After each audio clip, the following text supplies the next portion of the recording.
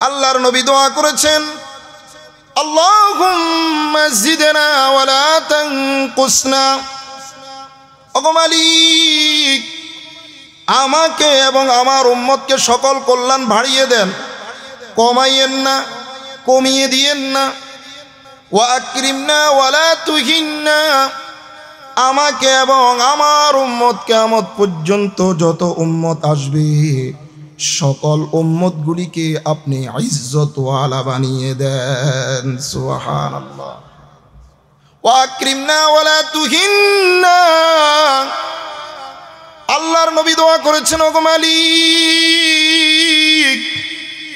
আপনার কাছে দোয়া করতেছি কিয়ামত পর্যন্ত আমার উম্মতগুলিকে জাতির সামনে বেইজ্জতি করিয়েন না। আল্লাহু আকবার বলেন। ওয়া আতিনা ওয়ালা তাহরিমনা। ওগো মালিক, আসমানের যত কল্যাণ আছে, জমিনের যত কল্যাণ আছে, সকল কল্যাণগুলি আমাকেও দান করেন, আমার উম্মতকেও দান করেন। ওয়ালা তাহরিমনা, বঞ্চিত করেন না। আল্লাহু আকবার। ওয়াসিরনা ওয়ালা তুসির আলাইনা, আমাকে এবং আমার উম্মতকে সকল উম্মতের উপর, সকল নবীর উপর আমি নবীকে এবং আমার সকল উম্মতকে পূর্ববর্তী সকল উম্মতের উপর ফজিলত দিয়ে দেন। আল্লাহু আকবার বলেন। এই জন্য আল্লাহর নবী বলেন, ও দুনিয়ার মানুষ, ও আমার উম্মতেরা, তোমরা শুনে রাখো, ততক্ষণ পর্যন্ত কোন নবী জান্নাতে প্রবেশ করতে পারবে না যতক্ষণ পর্যন্ত আমি নবী জান্নাতে প্রবেশ না করব। আল্লাহু আকবার বলেন। আবার ততক্ষণ পর্যন্ত কোনো উম্মত জান্নাতে প্রবেশ করতে পারবে না যতক্ষণ পর্যন্ত আমার উম্মত জান্নাতে প্রবেশ না করবে। সুবহানাল্লাহ। ওয়ারদা আন্না ওয়া আরদিনা। ওগো মালিক, আমি আপনার হাবিব দোয়া করতেছি, আপনি আমার প্রতি এবং আমার উম্মতের প্রতি রাজি হয়ে যান। আল্লাহু আকবার। আর আমাদেরকেও এমন কাজ করার তৌফিক দিয়া দেন যেই কাজ করলে আমরাও আপনার উপর রাজি হয়ে যাব। সুবহানাল্লাহ। আল্লাহর নবী এইভাবে দোয়া করার পরে মানবতার মুক্তির দূত মুহাম্মদুর রাসূলুল্লাহ সাল্লাল্লাহু আলাইহি ওয়াসাল্লাম বলেন, এরপর আমার উপর 10টি আয়াত অবতীর্ণ করা হয়েছে। আল্লাহর নবী বলেন, এই 10টি আয়াত যেই বান্দা, যেই উম্মত, চাই সেটা নারী হোক, পুরুষ হোক, বৃদ্ধ হোক, বৃদ্ধা হোক, কিশোর হোক, নওজোয়ান হোক, যারাই এই 10টি আয়াতের বিধান প্রতিষ্ঠা করবে, আল্লাহর জান্নাতটা তাদের জন্য ওয়াজিব হয়ে যাবে। আল্লাহু আকবার বলেন। আজকে এই 10টি আয়াতের উপর আলোচনা করব। মানার জন্য রাজি আছেন তো? কারা কারা রাজি আছেন একটু হাত তুলে দেখাই। লিল্লাহে তাকবীর, লিল্লাহে তাকবীর। শানে নুজুলের আরেকটি হাদিস আছে। ইয়াজিদ ইবনে বাবানুস সাহাবী, তিনি বলেন, কুলনা লি আয়েশাতা, আমরা হযরত আয়েশা রাদিয়াল্লাহু তাআলা আনহাকে বললাম, ইয়া উম্মাল মুমিনিন, কাইফা কানা খুলুক রাসূলিল্লাহি সাল্লাল্লাহু আলাইহি ওয়াসাল্লাম, আল্লাহর নবীর চরিত্রটা কেমন ছিল? সহজ প্রশ্ন না কঠিন প্রশ্ন? কথা বলেন। প্রশ্ন সহজ কিন্তু উত্তরটা অনেক কঠিন। কোন দিক থেকে, কি শব্দ দিয়ে, কেমন শব্দ দিয়ে, কেমন কাইফিয়তে, কিভাবে মনের ভাব প্রকাশ করে বলবেন যে আল্লাহর রসুলের চরিত্র এমন ছিল? রসুলের জীবনে তো কোনো খারাপ কর্ম নাই, আপনি কয়টা বলবেন? কয়টার বর্ণনা দিবেন? কয়টার গণনা করবেন আপনি? কিন্তু আল্লাহ পাক রব্বুল আলামিন হযরত আয়েশা সিদ্দিকা রাদিয়াল্লাহু তাআলা আনহাকে অনেক জ্ঞানী বানিয়েছেন। হযরত আয়েশা সিদ্দিকা রাদিয়াল্লাহু তাআলা আনহা উত্তর দিয়েছেন, আল্লাহর নবীর চরিত্র হলো আল্লাহর 30 পারা কোরআনটা। সুবহানাল্লাহ। এই পুরা কোরআনটা মুহাম্মদুর রাসূলুল্লাহ সাল্লাল্লাহু আলাইহি ওয়াসাল্লামের চরিত্র। শুধু তাই নয়, আল্লাহ পাক রব্বুল আলামিন, আল্লাহর ভাষায় আল্লাহ পাক রব্বুল আলামিন বলছেন, ওয়া ইন্নাকা লাআলা খুলুকিন আযীম।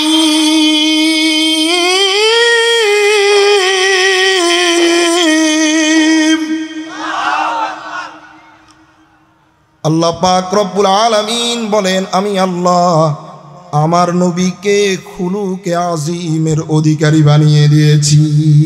সুবহানাল্লাহ। চরিত্র আখলাক 2 প্রকার। আখলাক কত প্রকার? আমার সাথে একটু কথা বলতে হবে। আখলাক কত প্রকার? 2 প্রকার। একটা হলো আখলাকে হামিদা, আর একটা হলো আখলাকে জামিমা। আখলাকে হামিদা মানে প্রশংসিত আখলাক, চরিত্র, যে চরিত্রের উপর সবাই প্রশংসা করে। আর আরেকটা হলো আখলাকে জামিমা, যেটা অসৎ চরিত্র, যেটা শুনলে মানুষ নাক ছিটকায়। সে আখলাকে হামিদা আবার 3 প্রকার। কত প্রকার? একটু শিখবেন। কত প্রকার? খুলুকে হাসান, খুলুকে করিম, খুলুকে আজিম। খুলুকে হাসান কাকে বলে? খুলুকে করিম কাকে বলে? খুলুকে আজিম কাকে বলে? আমাদের জানার দরকার আছে না নাই? খুলুকে হাসান হলো কেউ আপনাকে একটা থাপ্পড় দিল, তো এটার বিচার দরকার। আপনিও একটা থাপ্পড় দিয়ে দিলেন, আপনিও একটা কি দিলেন? থাপ্পড় দিয়ে দিলেন, হয়ে গেল। এটা হলো খুলুকে হাসান। খুলুকে করিম হলো কেউ আপনাকে একটা থাপ্পড় দিল, তা আপনি শুধু তাকে মাফ করে দিলেন, এটা হলো খুলুকে করিম। এটা কি? যে আমি এটা আল্লাহর থেকে নিব, তোমাকে আমি মাফ করে দিলাম। আর খুলুকে আজিম হলো যে কেউ আপনাকে যখন আঘাত করলো, আপনি তাকে মাফ করলেন তো করলেন, সাথে হাদিয়া দিয়ে দিলেন। সুবহানাল্লাহ বলেন। আল্লাহ পাক রব্বুল আলামিন বলেন, আমি আল্লাহ আমার হাবিব মুহাম্মদুর রাসূলুল্লাহ সাল্লাল্লাহু আলাইহি ওয়াসাল্লামকে খুলুকে আজিমের অধিকারী বানিয়েছি। আল্লাহর নবী মুহাম্মদুর রাসূলুল্লাহ সাল্লাল্লাহু আলাইহি ওয়াসাল্লাম তায়েফের ময়দানে দ্বীনের দাওয়াত দেওয়ার জন্য গেলেন। কাফেররা আল্লাহর নবীকে পাথর ছুঁড়ে মারে, কাফেররা আল্লাহর নবীকে জুতা নিক্ষেপ করে, যত রকমের নির্যাতন করার দরকার আল্লাহর নবীকে সেইভাবে নির্যাতন করলো। এমন রক্তাক্ত করলো, এমন রক্তাক্ত করলো, দয়ার নবীর শরীর থেকে রক্ত মুবারক জোরে জোরে টপ টপ করে জমিনে পড়লো। রসুলের জুতো মুবারকে পড়ে জুতাটা পায়ের সাথে আটকে গেল। আল্লাহর নবী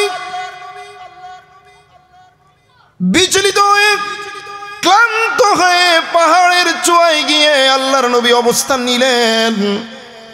জিবরাইল এসে বললেন, ইয়া রাসূলুল্লাহ, ইয়া হাবিবাল্লাহ, আল্লাহ পাক রব্বুল আলামিন আমাকে পাঠিয়েছেন আপনার থেকে পারমিশন নেওয়ার জন্য। আপনি মুহাম্মদ যদি পারমিশন দেন, এই যে 2 পাশে পাহাড় আছে, 2 পাশের পাহাড় চাপা দিয়ে তায়েফের সকল কাফেরকে চিরদিনের জন্য দুনিয়ার থেকে বিদায় নিয়ে দিব। আল্লাহু আকবার বলেন। আল্লাহর নবী হযরত জিবরাইল আলাইহিস সালাতু ওয়াস সালামকে লক্ষ্য করে বললেন, ও জিবরাইল, না না, আমি মুহাম্মদ কখনো এইরকম পারমিশন দিতে পারি না, বরং আমি বদদুয়া করার তো দূরের কথা, তুমি জিবরাইলের মাধ্যমে প্রতিশোধ নেওয়া তো দূরের কথা, বরং আমি রাসূল দোয়া করতেছি, আল্লাহুম্মা গফির লিকৌমি ফাইন্নাহুম লা ইয়ালামুন। ও আসমানের মালিক আল্লাহ, এই যে তায়েফের কাফেররা আমাকে রক্তাক্ত করেছে, তারা জানে না আমি যে মুহাম্মদ, তারা জানে না আমি যে সাইয়্যিদুল মুরসালিন খাতামুন নবিয়্যিন, তারা আমার পজিশন জানে না, আমার ফজিলত জানে না। যেই নবীকে তৈরি না করলে কুল কায়নাত তৈরি করা হতো না, এরা এই বিষয়ে অজ্ঞ। ইয়া ওগো আল্লাহ, তারা না জেনে আমি মুহাম্মদকে আক্রমণ করেছে, তারা বুঝতে পারে নাই ঠিক, আমি তাদের মাগফিরাতের জন্য দোয়া করতেছি, কারণ তারা ঈমান না আনয়ন করলেও তাদের পরবর্তী প্রজন্ম আমি নবীর উপর ঠিকই ঈমান আনয়ন করবে। সুবহানাল্লাহ। তারা ঈমান আনয়ন করে নাই, তারা বুঝতে পারে নাই, কিন্তু তাদের পরবর্তী প্রজন্ম অবশ্যই অবশ্যই আমার উপর ঈমান আনবে। কথা ঠিক না বেঠিক? এখন আর উতবা সাইবা নাই, এখন আর আবু জেহেল নাই, এখন আর মুসাইলামাতুল কাজ্জাব নাই, এখন আর মক্কার বড় বড় লিডার নাই, মদিনার মুনাফিকরা নাই। কিন্তু রসুল না থাকলেও রসুলের আশিক রসুল সত্যিকারের উম্মত এখনো আছে, কিয়ামত পর্যন্ত পুরো পৃথিবীতে থাকবে। কথা ঠিক না বেঠিক? আল্লাহর রসুলের দোয়ার বরকত। এজন্যে রসুল করিম সাল্লাল্লাহু আলাইহি ওয়াসাল্লামের চরিত্র মহান চরিত্র, যেটাকে খুলুকে আজিম বলা হয়। হযরত আয়েশা সিদ্দিকা রাদিয়াল্লাহু তাআলা আনহা বলেছেন যে রসুলের চরিত্র হলো পুরা কোরআন। এরপরে তিনি কদ আফলাহাল মুমিনুন থেকে তেলাওয়াত করে 10টি আয়াত তেলাওয়াত করছেন। এই 10টি আয়াতের ভিতরে এই আয়াতগুলির ব্যাখ্যা বুঝতে হলে আপনাদেরকে কিছু কথা বুঝতে হবে। আমাদের দেশে যখন কোনো খেলার প্রতিযোগিতা হয়, কোনো ফুটবল হোক, ক্রিকেট হোক, ব্যাডমিন্টন হোক, যে কোনো খেলা হোক, আগে খেলে নাকি আগে পুরস্কার দেয়? কথা বলেন, কথা বলেন। আগে খেলে নাকি আগে পুরস্কার দেয়? আগে খেলে। কিন্তু আল্লাহ পাক রব্বুল আলামিন এই সূরার ভিতরে এমন স্বতন্ত্রভাবে সারপ্রাইজ রেখেছেন যেটা কোরআনের আর কোনো সূরার ভিতরে রাখেন নাই। আল্লাহ পাক রব্বুল আলামিন এই সূরার শুরুতে কিছু পুরস্কার ঘোষণা করেছেন, আর এই 60টি গুণাগুণ উল্লেখ করার পরে মহান পুরস্কারের ঘোষণা করছেন। সুবহানাল্লাহ। আল্লাহ পাক রব্বুল আলামিন বলেন, قد أفلح المؤمنون, মুমিনরা সফল কাম হয়ে গেছে। সুবহানাল্লাহ। এটা কার ঘোষণা? একটু আওয়াজ দিয়ে বলেন, এই ঘোষণা কার? মুমিনরা সফল কাম হয়ে গেছে। আগেই ঘোষণা দিয়ে দিচ্ছেন মুমিনরা সফল কাম, মুমিনরা সাকসেস, মুমিনরা সফল কাম হয়ে গেছে। এরপরে আল্লাহ পাক রব্বুল আলামিন মুমিনের কি কি গুণাগুণ এগুলি উল্লেখ করার পরে পরিশেষে আল্লাহ পাক রব্বুল আলামিন মহান পুরস্কারের ঘোষণা করতেছেন, উলাইকা হুমুল ওয়ারিসুন আল্লাযীনা ইয়ারিসুনাল ফিরদাউস, যার ভিতরে এই এই এই এই গুণগুলি থাকবে তাকে আমি আল্লাহ জান্নাতুল ফিরদাউসের বাসিন্দা বানিয়ে দিব। আরো জোরে বলেন সুবহানাল্লাহ। জান্নাতুল ফিরদাউস এটার বিবরণ আমি আপনাদেরকে পরে দিব। এই যে এখানে যে গুণাগুণগুলি বর্ণনা করা হয়েছে, এই গুণাগুণগুলি যদি এক একটা আয়াতের ভিতরে যেই গুণ উল্লেখ করেছে 10 মিনিট করে যদি আলোচনা করি অনেক সময়ের প্রয়োজন। আমি শুধু সংক্ষিপ্ত আকারে একটু একটু টাচ দিব আপনাদের কাছে। এরপরেই পুরস্কার যেটা সেটা আলোচনা করে আমি আমার আলোচনা শেষ করে দিব ইনশাআল্লাহ। আপনারা ধৈর্য ধরে শুনবেন তো ইনশাআল্লাহ। 1 নাম্বার মুমিনের গুণাগুণ, আল্লাযীনা হুম ফি সলাতিহিম খাশিউন, আল্লাযীনা হুম ফি সলাতিহিম খাশিউন, যারা নামাজ পড়ে নামাজের ভিতরে বিনয় হয়, নামাজের ভিতরে খুশু খুজু ইখতিয়ার করে। খুশু খুজু বুঝেন? আমরা যখন মক্কায় হজ করার জন্য গেলাম তো বিন দাউদে এশার নামাজ পড়তে গেছি, বিন দাউদে উঠছি, উঠার পরে মসজিদে আবু বকর, এটা হুদুদে হেরেমের ভিতরে, যারা মক্কায় হজ করতে গিয়েছেন, ওমরা করতে গিয়েছেন আপনারা জানেন, হুদুদে হেরেমের ভিতরে মসজিদে আবু বকর।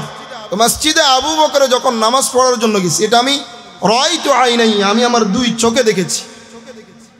এক ব্যক্তির ফোন আসছে নামাজের ভিতরে। কিসে? আপনারা আমার কথা বুঝেন? নামাজের ভিতরে কল আসছে। আসার পরে নামাজে আছে, সে ফোনটা বের করে বলতেছে, একটু পরে ফোন দাও, আমি নামাজে আছি। কি বলেন? নামাজ আছে না গেছে? হ্যাঁ, বলতেছে একটু পরে কল দাও, আমি কিসে আছি? নামাজের ভিতরে আছি।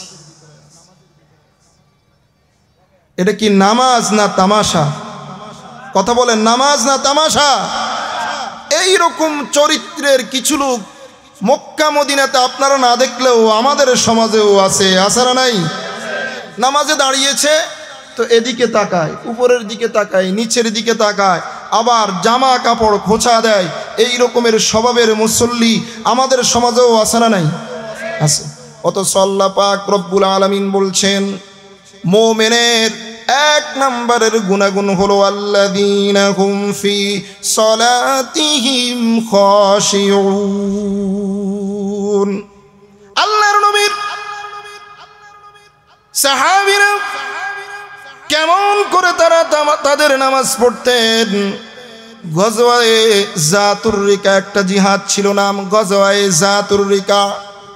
এই জিহাদের ভিতরে আল্লাহর নবী মুহাম্মদুর রাসূলুল্লাহ সাল্লাল্লাহু আলাইহি ওয়াসাল্লাম সাহাবায়ে কেরামদেরকে, মুজাহিদিনদেরকে পাহারা দেওয়ার জন্য দুইজন সাহাবীকে দায়িত্ব দিয়েছেন। একজন হলো আনসার আর একজন মুহাজির।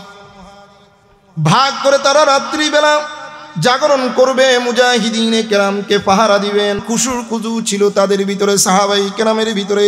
বুঝার জন্য আপনাদেরকে বলছি, আল্লাহর নবী মুহাম্মদুর রাসূলুল্লাহ সাল্লাল্লাহু আলাইহি ওয়াসাল্লাম আনসার সাহাবী এবং মুহাজির সাহাবীকে যখন পাহারার দায়িত্ব দিলেন, তারা নিজেদের ভিতরে মোজারা করতেছে। আনসার সাহাবী বলছেন, আগে আমি দায়িত্বটা পালন করি, অর্ধরাত্র আমি পাহারা দিব, বাকি অর্ধরাত্র তুমি পাহারা দিবা। দায়িত্ব যখন ভাগ হয়ে গেছে, এক পর্যায়ে আনসারি সাহাবী দায়িত্ব শুরু করে দিয়েছেন। আনসারি সাহাবী দিলে দিলে কল্পনা করতেছেন, শুধু দাঁড়িয়ে দাঁড়িয়ে পাহারা দেওয়ার ভিতরে কি বার ফজিলত হবে।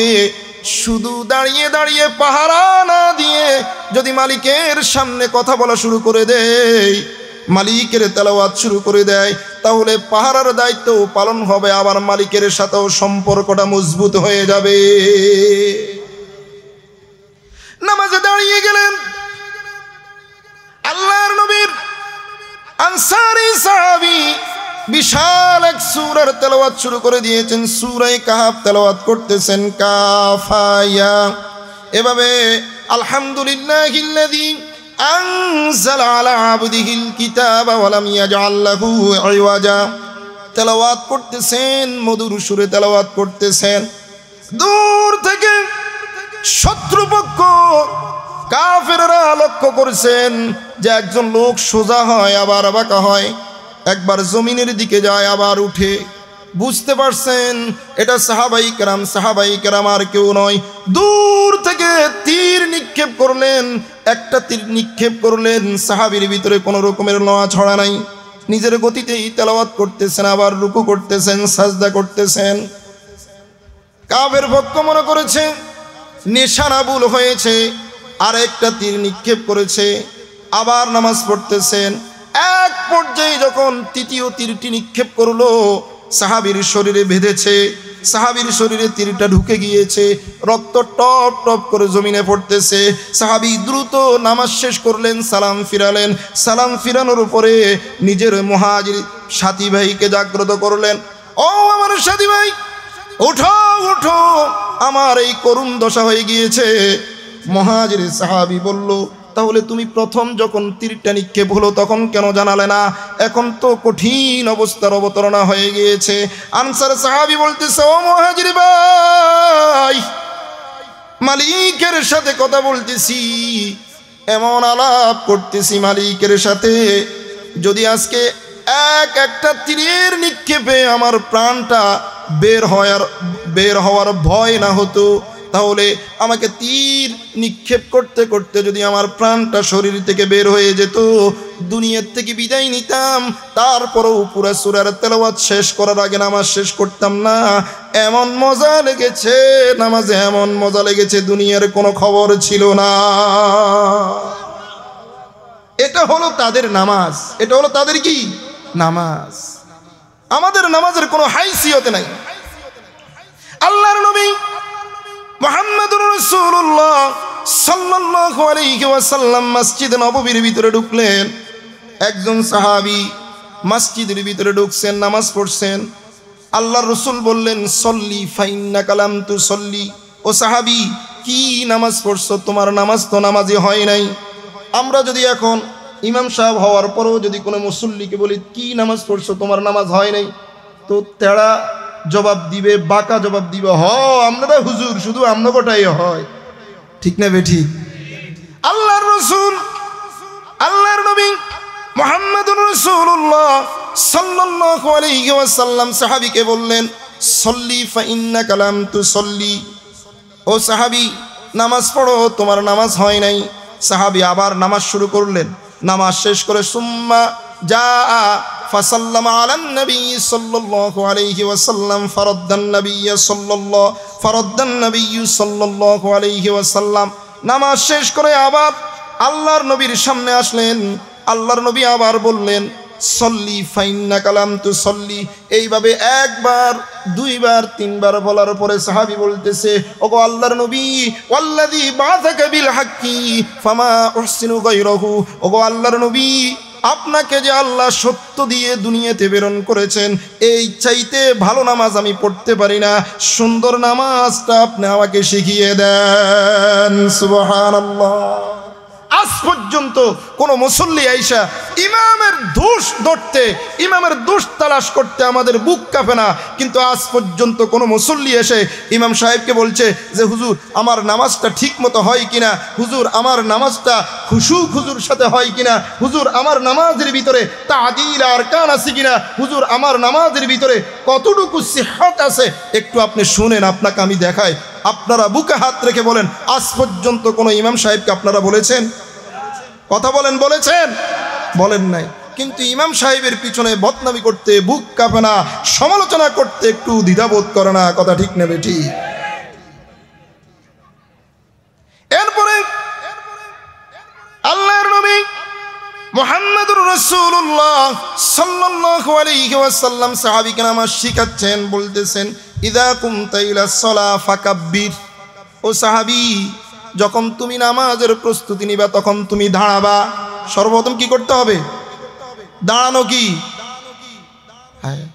নামাজের ভিতরে দাঁড়ানো? কি চেহারা বসা বড় ফরজ। চেহারা বসা কি? কথা কয় না। চেহারা বসা আপনার মিছিল, মিটিং, এরপরে কোর্ট, আদালত, বাজার, মার্কেটিং, এরপরে শপিং মল, এরপরে বিভিন্ন পর্যটক কেন্দ্র, সব কিছু দৌড়ে বেড়াইতে পারে, মসজিদে আসলে চেয়ার লয়, এইরকম মুসল্লি আছে না নাই? আমরা বলতে পারি না। সত্যিকারে যদি কারো নির্ভরযোগ্য ডাক্তার, যার ভিতরে আল্লাহর ভয় আছে, ইসলামী জ্ঞান আছে, ইসলামী চেতনা আছে, দ্বীনদারিত্ব আছে, এইরকম কোন ডাক্তার যদি বলে যে আপনি চেয়ারে বসে নামাজ পড়তে পারবেন, তারপরেও সেটারও তারিকা আছে না নাই? আপনি দাঁড়াতে তো পারেন, দাঁড়াতে পারে কি পারে না? দাঁড়াতে না পারলে সে বাসা থেকে মসজিদে কিভাবে আসছে? বলেন, দাঁড়াতে না পারলে বাসা থেকে মসজিদে কিভাবে এসেছে? আসছে কিনা মসজিদে? নাকি স্ট্রেচারে করে তাকে আনছে? কি বলেন? আপনারা কি আমার কথা বুঝেন? সে কি নিজে নিজে আসছে না তাকে কেউ এনে দিয়ে গেছে? তো যেই ব্যক্তি নিজে নিজে আসতে পারে সেই ব্যক্তি কিয়ামের যেই ফরজ, ওই ফরজটুকু পর্যন্ত দাঁড়ানোর ক্ষমতা আছে না নাই? এই সেই যদি চেয়ারে বসে যায়, কিয়ামের ফরজ আদায় না করে, আল্লাহর কসম পৃথিবীর কোনো মুফতি মুহাদ্দিস এই ফতোয়া দিতে পারবে না যে তার নামাজ হয়েছে। ঠিক না বেঠিক? পৃথিবীর কোনো মুফতি মুহাদ্দিস ফতোয়া দিতে পারবে না। পৃথিবীর কোনো মুফতি মুহাদ্দিস ফতোয়া দিতে পারবে না। আজ পর্যন্ত এই অল্প সময়ের ভিতরে যতটুকু পড়ালেখা করেছি, আপনার কিয়াম করার যোগ্যতা থাকার পরেও যদি আপনি কিয়াম না করেন, ফরজ আদায় না করেন, এই সেই চেয়ারে বসে নামাজ শুরু করেন, আল্লাহর কসম আপনার নামাজ হবে না, হবে না, হবে না। কিন্তু আমরা মানতে নারাজ, আমরা মানতে। আল্লাহর নবী সাহাবীকে বলেছেন, ইযা কুমতা ইলাস সালাতি ফাকাব্বির। ও সাহাবী, যখন তুমি নামাজের প্রস্তুতি গ্রহণ করবা তখন তুমি তাকবীর দিবা, আল্লাহু আকবার। কি দিবা? তাকবীর দিবা। সুম্মা ক্বরা মা তায়াসসারা মাআকা মিনাল কুরআন। এরপরে কালামুল্লাহ থেকে যেই সূরা তোমার কাছে সহজ মনে হয়, যেই সূরা পড়তে তোমার কাছে ভালো লাগে, সেখান থেকে তুমি তেলাওয়াত শুরু করবা। সুম্মার কাআ হাত্তা তাতমাইন্না রাকিআ, তিলাওয়াত শেষ, এরপরে তুমি রুকুতে যাইবা।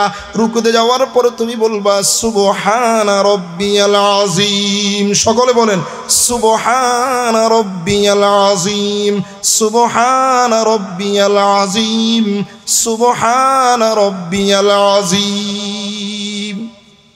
এই তাসবিহ পাঠ করতেছেন কার? একটু আওয়াজ দিয়ে বলেন, এই তাসবিহ পাঠ করতেছেন কার? আপনার সমাজের একটা নেতাকে আপনি যদি ব্যঙ্গভাবে যদি আপনি তার নাম ডাকেন, তাহলে সে খুশি হয় না বেজার হয়? তো আহকামুল হাকিমিন, যিনি সাতবক আসমান তৈরি করেছেন, জমিন তৈরি করেছেন, আপনাকে আমাকে বানিয়েছেন, তার নামের তাসবিহ পাঠ করবেন। আপনি যদি আপনার মন গড়া মতো পড়েন, পাঠ করেন, আল্লাহ খুশি হবেন না বেজার হবে? হ্যাঁ, সুবহান রাব্বিয়াল আযীম, সুবহান রাব্বিয়াল আযীম, সুবহান রাব্বিয়াল আযীম। মনে হয় যে তারে মসজিদকে বাইন্ধা রাখছে। রুকুতে যাওয়ার দেরি, উঠতে দেরি হয় না। আল্লাহ তাআলা এইরকম নামাজের ধারণা, এইরকম নামাজের মুহতাজ আল্লাহ না। আপনি সারা জীবন যদি একটা সাজদাও না করেন, আল্লাহর ক্ষমতার ভিতরে বিন্দু পরিমাণ কোনো রকমের কমতি আসবে না। নামাজের দ্বারা ফায়দা কার? নিজের। নামাজের দ্বারা ফায়দা কার? তো যেটা নিজের জন্য, সেটা যেইভাবে পড়লে, যেইভাবে আদায় করলে আল্লাহ খুশি হবে, পরকালে এটার প্রতিদান পাবো, সেইভাবে পড়ার দরকার আছে না নাই? এক কথাই এই হাদিসের ভিতরে আল্লাহর নবী বলেছেন, খুজু তাদিল আর কানের সাথে, ধীরস্থিরতার সাথে নামাজের প্রতিটা রুকুন আদায় করতে হবে। আমরা রাজি আছি তো ইনশাআল্লাহ? এক সাজদা দেওয়ার দেরি আরেক সাজদা শুরু করে দেয়, ঠিক মতো বসে না, ঠিক মতো দাঁড়ায় না। এইরকম নামাজকে নামাজ বলে না। এইরকম নামাজকে কি নামাজ বলে না। তাহলে দ্বিতীয় নম্বর হলো, এক নম্বর হলো নামাজে খুজু আদায় করা। দ্বিতীয় নম্বর হলো ওয়াল্লাযীনা হুম আনিল লাগবি মুরিদুন। দ্বিতীয় নম্বর হলো অনর্থক যত বিষয় আছে, কথা হোক, কর্ম হোক, সকল অনর্থক কাজগুলিকে পরিহার করা, এটা মুমিনের আলামত। সুবহানাল্লাহ বলেন। আমাদের ভিতরে ভালো কথা, ভালো কাজ বেশি না অনর্থক কাজ বেশি? কথা বলেন। অনর্থক কাজ বেশি না ভালো কাজ বেশি? মসজিদে 5 মিনিটের জন্য গেলে পাগল হয়ে যায়, আর দোকানে ঘন্টার পরে ঘন্টা বসে যত রকমের গীবত, শিকায়াত, মানুষের পরনিন্দা, যত রকমের শরীয়ত বিরোধী কথা আছে সবগুলি বলে, কোনো রকমের ক্লান্তি আসে না। কথা ঠিক না বেঠি?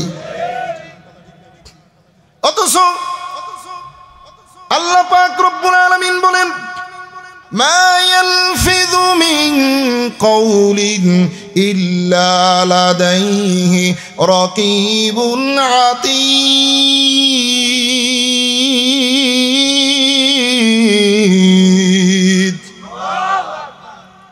আল্লাহ পাক রব্বুল আলামিন বলেন, ও বান্দা, সকাল থেকে সন্ধ্যা পর্যন্ত, আবার সন্ধ্যা থেকে সকাল পর্যন্ত তুমি যতগুলি কাজ করো, যতগুলি কথা বলো, তোমার সকল কথা, সকল কাজকে পর্যবেক্ষণ করার জন্য, তোমার গতিবিধি নির্ধারণ করার জন্য আমি আল্লাহ তোমার জন্য ফিরিস্তা নিযুক্ত করে দিয়েছি।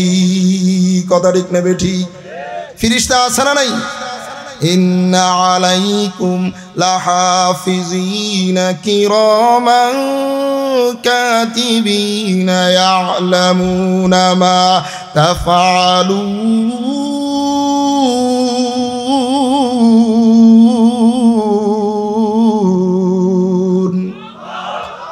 আল্লাহ পাক রব্বুল আলামিন সূরা ইনফিতারের ভিতরে বলেন, ও বান্দা, আমি আল্লাহ তোমার জন্য সম্মানিত ফেরেশতা নিযুক্ত করে দিয়েছি। তুমি ভালো করলো লিপিবদ্ধ করা হয়, খারাপ করলো লিপিবদ্ধ করা হয়। কথা ঠিক না বেঠি? আমাদের প্রতিটি কর্ম, প্রতিটি কথাবার্তা লিপিবদ্ধ করার জন্য ফেরেশতা নিযুক্ত করে দিয়েছেন কে? আল্লাহ। এই প্রতিটা অপশন, প্রতিটা গুণাগুণ আলোচনা করতে গেলে লম্বা সময়ের প্রয়োজন। আমি শুধু বঙ্গ অনুবাদ করে শেষ দিচ্ছি, সময় নাই। ওয়াল্লাযীনা হুম লিয-যাকাতি ফাঈলুন। মুমিনের আরেকটা গুণাবলী হলো, মুমিন আল্লাহর দেওয়া সম্পদ থেকে যাকাত প্রদান করবে। আল্লাহর দেওয়া সম্পদের ভিতরে দান সাদাকা করবে, আল্লাহর রাহে ব্যয় করবে। কথা ঠিক না বেঠিক? ওয়াতু হাক্কাহু ইয়াউমা হাসাদি। আল্লাহ পাক রব্বুল আলামিন বলেন, কাল কিয়ামতের মাঠে যখন জান্নাত জাহান্নামের ফয়সালা হয়ে যাবে, জান্নাতীরা যখন জাহান্নামীদেরকে দেখবে তখন জিজ্ঞেস করবে, মা সালাকাকুম ফি সাকর।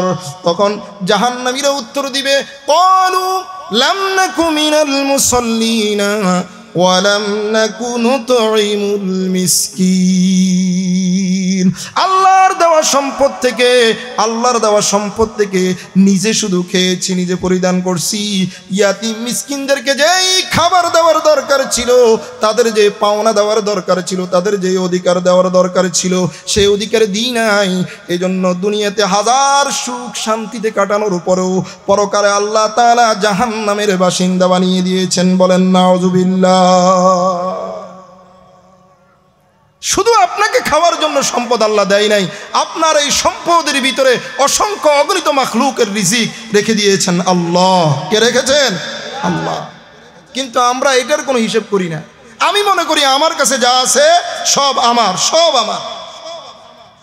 মুমিনের আরেকটা গুণে বলি হলো, ওয়াল্লাযীনা হুম লিফুরুজিহিম হাফিজুন। মুমিন তার লজ্জাস্থান, তার গোপন অঙ্গকে অবৈধ কাজ থেকে হেফাজত করবে। কম না বেশি? একটু আওয়াজ দিয়ে বলেন, জেনা বেবিচার কম না বেশি? দেখেন না, গত কয়েক মাস আগে জেনার ব্যবসা বৈধতার জন্য রাস্তায় নামছে, ঠিক না বেঠি? আবার এদের পক্ষেও আমাদের দেশে কিছু নামদারি শয়তান মাঠে নেমে এদের পক্ষে স্লোগান দেয়, আছে না নাই? এটার কারণ হলো আমরা সত্যিকারের মুমিন হতে পারি নাই, এই কারণে তাগুত আমাদের বিরুদ্ধে স্লোগান দেয়, আমরা কিছু করার সাহস পাই না। মুসলমান যদি ঐক্যবদ্ধ হয়ে সকল রামবামের বিপক্ষে যদি অবস্থান নেয়, তাহলে সকল রামবাম বাংলাদেশ মুসলমানের দেশ থেকে পলায়ন করতে বাধ্য হবে। কথা ঠিক না বেটি? এই যে গত কয়েকদিন আগে আউল ফাউল বাউল আরো কি আমি তো সব কিছু জানি না বলতেছে। আমি একটা ভিডিও ক্লিপ দেখছি, সেই ক্লিপের ভিতরে বলছে যে সূরা নাসের ব্যাপারে একটা মন্তব্য করছে, কুল আউযু বিরাব্বিন নাস মালিকিন নাস ইলাহিন নাস। আল্লাহ তাআলা এই সূরার প্রতিটা শব্দের শেষে সিন দিছে, নাস বলছে, তার মানে এই সূরার ভিতরে এত নাসানাসি। বলেন নাউজুবিল্লাহ। কোন মুসলমান নামদারি ব্যক্তি যদি এই রকমের মন্তব্য করে, তাহলে শয়তান তো দূরের করা, শয়তানের লিডার হয়ে যায়। কথা ঠিক না বেটি? অথচ আমাদের কোনো রকমের প্রতিবাদ নাই। সময় শেষ। আমি শুধু বঙ্গ অনুবাদ করে শেষ দিচ্ছি। ইল্লা আলা আজওয়াজিহিম আও মা মালাকাত আইমানুহুম ফাইন্নাকুম গায়রু মালুমিন ফামান ইবতাগা ওয়ারাআ যালিকা ফাউলাইকা হুমুল আদুন। তাহলে আপনার লজ্জাস্থানকে আপনি হেফাজত করবেন, তবে আপনার এই যৌনাঙ্গ, আপনার এই গোপন অঙ্গ আপনার স্ত্রীর জন্য হালালভাবে ব্যবহার করতে পারবেন। আপনার অধিকারভুক্ত যে দাসী আছে, দাসীর ক্ষেত্রে আপনি ব্যবহার করতে পারবেন। এই ছাড়া অন্য কোনো পথ পন্থা যদি আপনি অবলম্বন করেন, তাহলে জেনার শামিল হবে। আল্লাহ তাআলার যে হুদুদ আর সীমানা আছে সেটার লঙ্ঘনকারী হবেন আপনি। কথা ঠিক না বেঠি? এটা জিনায় পরিণত হবে। আর জিনাখোরের ব্যাপারে আল্লাহ পাক রব্বুল আলামিন বলছেন, ওয়ালা তাকরাবুজ জিনা ইন্নাহু কানা ফাহিশা ওয়া সাআ সাবিলা। জিনার চাইতে সবচাইতে নিন্দনীয় পথ আল্লাহর জমিনে দ্বিতীয়টা আর নাই। এরপরে আল্লাহ পাক রব্বুল আলামিন বলছেন, ওয়াল্লাযীনা হুম লিআমানাতিহিম ওয়া আহদিহিম রাউন। যারা আমানত এবং অঙ্গীকার পালনে বদ্ধপরিকর হয়। এরপর আল্লাহ পাক রব্বুল আলামিন বলছেন, ওয়াল্লাযীনা হুম আলা সালাওয়াতিহিম ইউহাফিজুন। যারা তাদের নামাজকে হেফাজত করে, ওয়াক্ত মতো নামাজ পড়ে, নামাজের খুব গুরুত্ব দেয়। আল্লাহ পাক রব্বুল আলামিন বলছেন, উলাইকা হুমুল ওয়ারিসুন। এরাই হচ্ছে উত্তরাধিকারী। কিসের উত্তরাধিকারী? আল্লাযীনা ইয়ারিসুনাল ফিরদাউস। জান্নাতুল ফিরদাউসের উত্তরাধিকারী। বলেন সুবহানাল্লাহ। জান্নাতুল ফিরদাউসে যাইতে আমরা কারা কারা রাজি আছি? লিল্লাহি তাকবীর। আল্লাহ রাসূল বলেছেন, ইযা সাআলতুমুল্লাহ আল জান্নাতা ফাসআলুহু আল ফিরদাউস।